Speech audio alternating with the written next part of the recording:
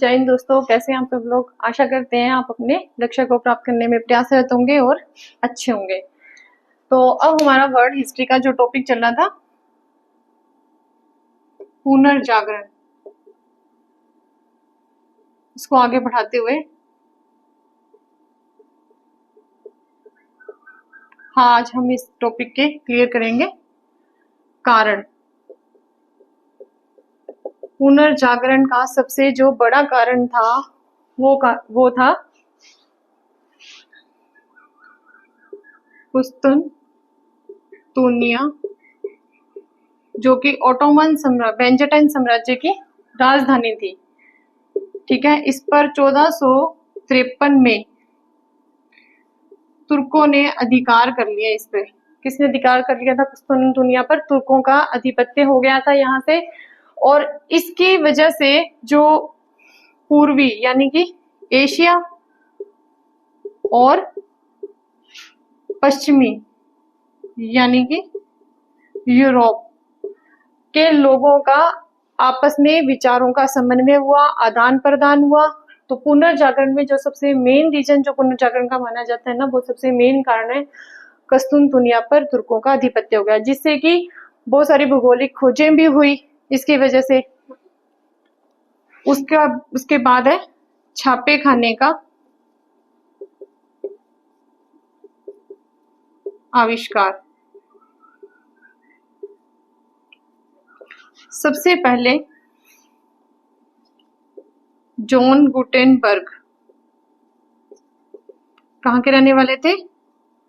Germany के रहने वाले थे जॉन गुटेनबर्ग, जिनको कि राजनीतिक निष्कासित कर दिया गया था जर्मनी से।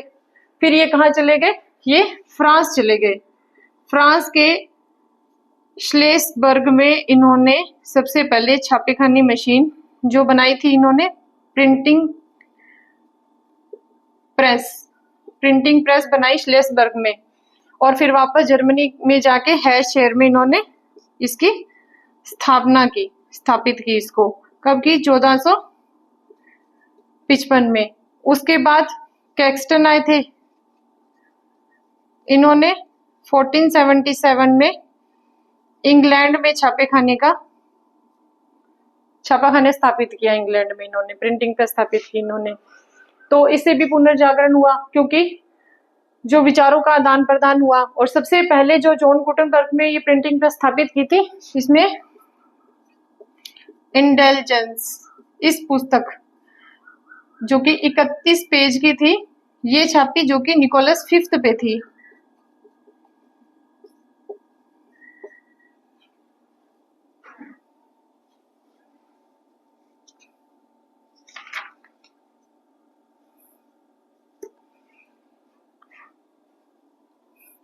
उसके बाद आते हैं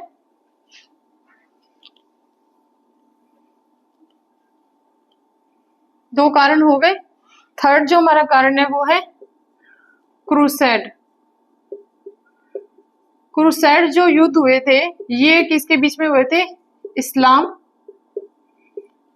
जिनको सेल्जुक तुर्क भी कहते हैं, प्लस ईसाइयों के बीच में हुए। किसको लेकर? जेरूशलम को लेकर। जेरूशलम को लेकर इस्लाम और ईसाइयों के बीच में युद्ध हुए, जो कि 8 युद्ध थे। 11वीं से 13वीं शताब्दी के बीच में, यानी कि 1076 से 1279 के बीच में ये क्रूसेड जो युद्ध हुए थे वो हुए थे।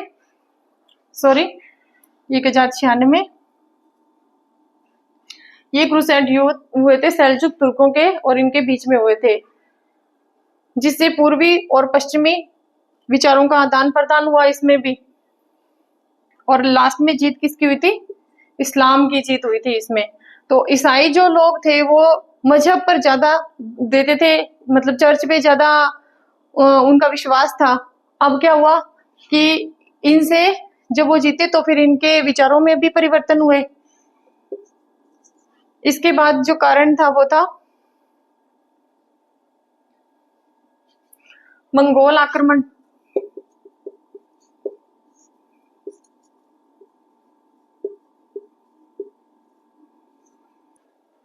1272 के अंदर वेनिस जो यात्री था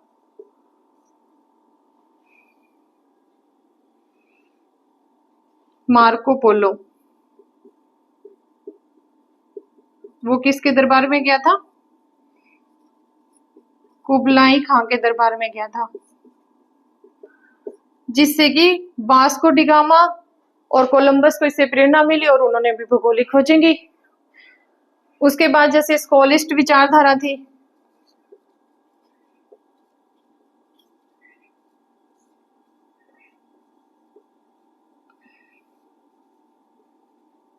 पांडित्यवाद, पांडित्यवाद की जो विचारधारा थी, जिसमें कि अरस्तु और ऑगस्टाइन के जो विचार थे, धर्म विचारों का मिश्रण मिलता है, जिसमें अरस्तु प्लस ऑगस्टाइन, इन दोनों के विचारों का मिश्रण मिलता है। इस विचारधारा से संबंधित थे रॉबर्ट बेकन। ठीक है, तो ये इसके कारण हुए।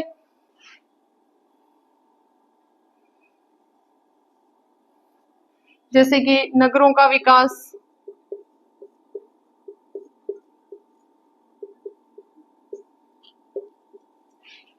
वेनिस, नेपल्स आदि समृद्ध नगरों का विकास हुआ, मध्यम वर्ग का उदय हुआ इसमें।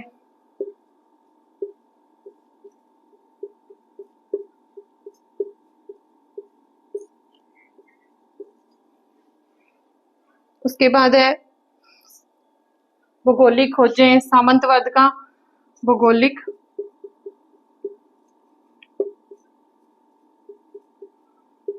खोजें हुई,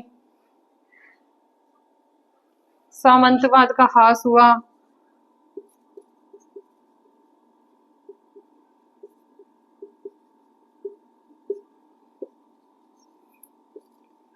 व्यापार बढ़ा, भौगोलिक खोजें हुई तो व्यापार आसान हो गया। पुनर्जागरण में जो भौगोलिक खोजें हुई, जो मेन भौगोलिक खोजें हुई थी वो ये हुई थी, जो कि 1486 के अंदर बार्थोलोमेव डियाज थे, उन्होंने दक्षिणी छोर यानी कि अफ्रीका की खोज की।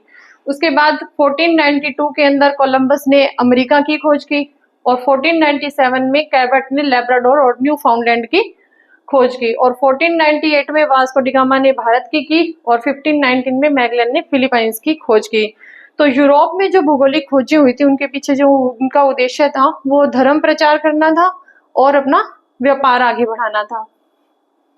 जो अभी तक हमने पुनर्जागरण के बारे में जो टॉपिक हमने पढ़े हैं, उनमें से कुछ ये इंपॉर्टेंट डेफिनेशन है जहां तक हमने अभी तक पढ़ा है, उसी से रिलेटेड ये कुछ डेफिनेशंस है जो आप देख लीजिए। जो मैगलन थे, जहाज से पृथ्वी का चक्कर लगाने वाले प्रथम व्यक्ति कौन थे?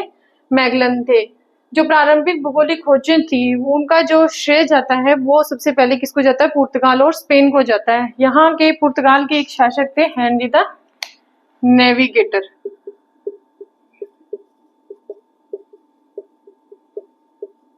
Henry the navigator.